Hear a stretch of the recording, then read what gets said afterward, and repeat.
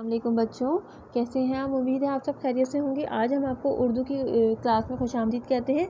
आज हम आपको कराएंगे तस्वीर पर तबादला ख्याल। ये आपके सफ़ा नंबर 49 है उर्दू की किताब का। पहला कदम उर्दू का अदब बराए प्रैप। तो चलिए शुरू करते हैं। यहाँ अपने जमात का काम लिखना है और यहाँ आपने तारीख डालनी है। अच्छा क्लास, कुछ तस्वीर हमें दी गई हैं और नीचे उनके बारे में लिखा गया है।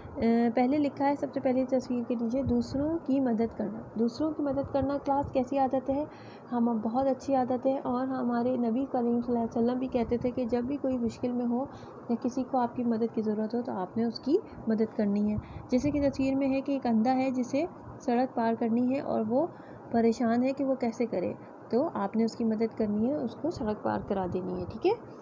उसके बाद कतार बनाना। क्लास कतार बनाना भी बहुत अच्छी आदत है। जैसे आप कहीं जाते हैं दुकान पे या कहीं रोड पे जाते हैं या किसी शॉप पे जाते हैं तो वहाँ पे लोग ऐसे जमा हो जाते हैं तो कितने लोग तंग होते हैं ना।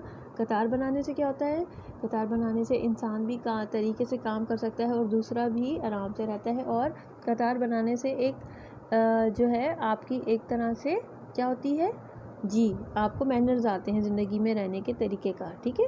मिलजुल कर खिलौनों से खेलना। क्लास खिलौनों से आपके सबके पास खिलौने होते हैं और अगर आप उनसे मिलजुल कर खेलेंगे तो वो कैसी आदत है, बहुत अच्छी आदत है।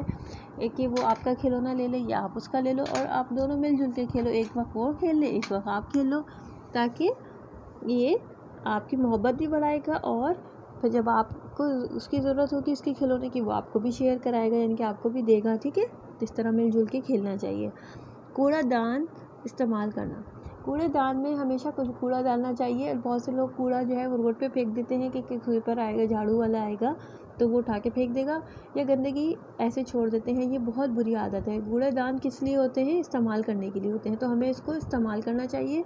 हमेशा कचरा कूड़ेदान में रखना चाहिए और अगर आपको कूड़ेदान नज़र नहीं आ रहा तो आप उसे अपने पास रखें, अपनी जेब में, जहाँ आपको नज़र आए अपनी जेब से निकाल के डाल दिया, लेकिन आपने इधर उधर नहीं फेंकना। अपने मुल्क को साफ़ रखें, अपनी जगह को साफ़ रखें, अपने घर को साफ़ रखें। ये बहुत अच्छी आदत है। ठीक है बच्चों, ये आज आपका काम है, ये आज आपकी पढ़ाई है और तबादला ख्याल है तस्वीर का। अगले उम्मीद करती हूँ कि आपको समझ आ गया होगा। अगले सबक तक के लिए मैं आपको खुदा हाफिज़ कहती हूँ। अपना बहुत सारा ख्याल रखिएगा। अल्लाह हाफिज़।